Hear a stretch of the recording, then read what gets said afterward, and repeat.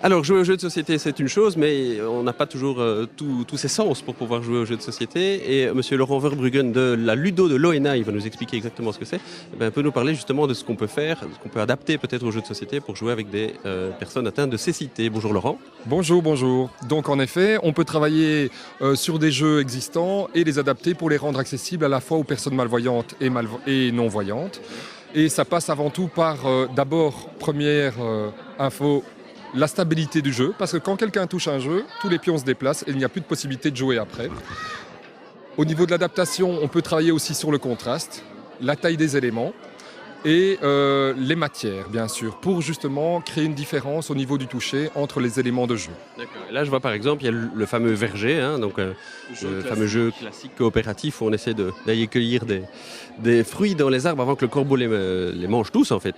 Ouais. Là, c'est une version en bois où on voit effectivement des textures et c'est typiquement un jeu que vous utilisez avec des personnes atteintes de cécité ? Absolument. Alors, pour nous, le jeu est avant tout un vecteur d'intégration, ce qui veut dire que même si on y travaille pour justement rendre le jeu accessible, on essaie aussi de le garder attractif pour les personnes voyantes, pour justement donner envie à tout le monde de jouer avec la version adaptée du jeu que nous on propose. Alors dans ce cas-ci, c'est vrai que pour la stabilité du jeu, on a travaillé avec des encastrements ou des velcro pour tenir les fruits sur les arbres.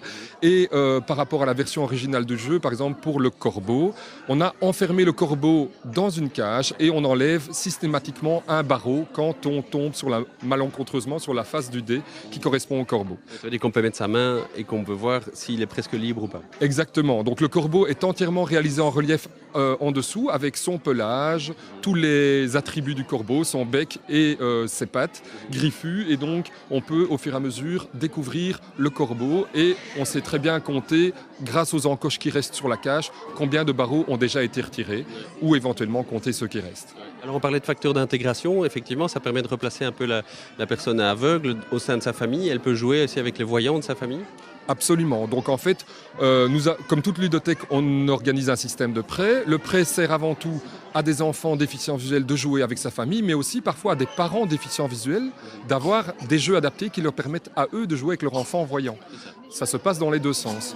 Autrement, nous utilisons aussi nos jeux beaucoup dans le secteur de l'éducation et on a pas mal de personnel de l'éducation, que ce soit institutrices, puéricultrices, qui utilisent notre matériel soit pour faire des animations à thème au sein de leur classe, soit au contraire simplement parce qu'elles trouvent justement nos jeux plus attractifs pour la petite enfance, ils utilisent ce matériel avec leur classe. Nous avons ici des poupées qui ont été réalisées aussi au sein de la ludothèque, qui présentent un petit veston avec 6 boutons. Alors tout le monde nous dit « Ah, c'est magnifique, ce sont des poupées » et à la fois on peut compter.